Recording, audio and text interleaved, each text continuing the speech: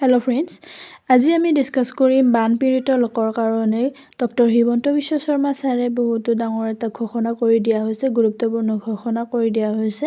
কি ঘোষণা কৰিছে ইয়াতে আজি আমি গোটেই ডিছকাছ কৰিম। ইয়াতে চাব পাৰে শিৱসাগৰ, চৰাইদেউ, গোলাঘাট আৰু যোৰহাট জিলাৰ ক্ষতিগ্ৰস্ত পৰিয়াললৈ আৰ্থিক সহায় তথা ঋণ পৰিশোধত সকাহ দিবলৈ এটা গুৰুত্বপূৰ্ণ ঘোষণা কৰি দিয়া হৈছে। ইয়াতে চাব পাৰে গৃহ ঋণ, শিক্ষা ঋণ আৰু কাৰ লোনৰ কিস্তি পৰিশোধত 6 মাহৰ কিস্তি বিৰতি দিয়া হ'ব। আপোনালোকে 6 মাহ দিব নালাগে ঋণ।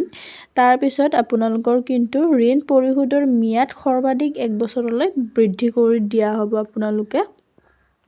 তাৰপিছত এইটো চাব পাৰে শস্য ঋণ আৰু আত্মসহায়ক গোটৰ ঋণৰ কিস্তি পৰিশোধত 6 মাহৰ কিস্তি বিৰতি দিয়া হ'ব। ঋণ পৰিশোধৰ ম্যাদ 2 বছৰলৈ বৃদ্ধি কৰি দিয়া হ'ব কৈছে ইয়াতে। তাৰপিছত 3 নম্বৰটো আহিছে মীন পালন, কুকুৰা পালন, গাহৰি পালন আৰু দুগ্ধ উদ্যোগৰ ঋণৰ কিস্তি পৰিশোধত 6 মাহৰ কিস্তি বিৰতি দিয়া হ'ব। ঋণ পৰিশোধৰ ম্যাদ 2 বছৰলৈ বৃদ্ধি কৰি দিয়া হ'ব।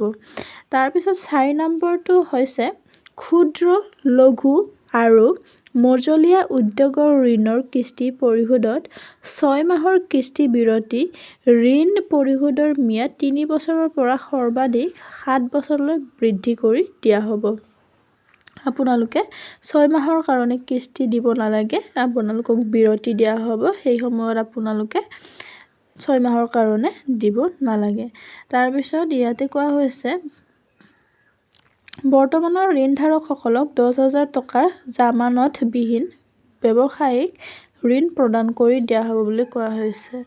শিৱসাগৰ আৰু চৰাইদেউ জিলাৰ ক্ষতিগ্ৰস্ত নামঘৰসমূহৰ মেৰামতিৰ বাবে 1.5 লাখ টকাকৈ আৰ্থিক অনুদান দিয়া হ'ব। শিৱসাগৰ আৰু চৰাইদেউ জিলাৰ যদি নামঘৰসমূহৰ কিবা ক্ষতি হৈছে তেতিয়াহ'লে মেৰামতিৰ কাৰণে 1.5 লাখ টকাকৈ আপোনালোকক দিয়া হ'ব। আপোনালোকে নামঘৰসমূহটো ঠিক কৰি ল'ব লাগিব। এইখিনিয়ে ইয়াতে কোৱা হৈছে আৰু যদি কিবা আহে তেতিয়াহ'লে মই আপোনালোকক জনাবলৈ চেষ্টা কৰিম। আজিলৈ এইখিনি, ধন্যবাদ জনাইছোঁ।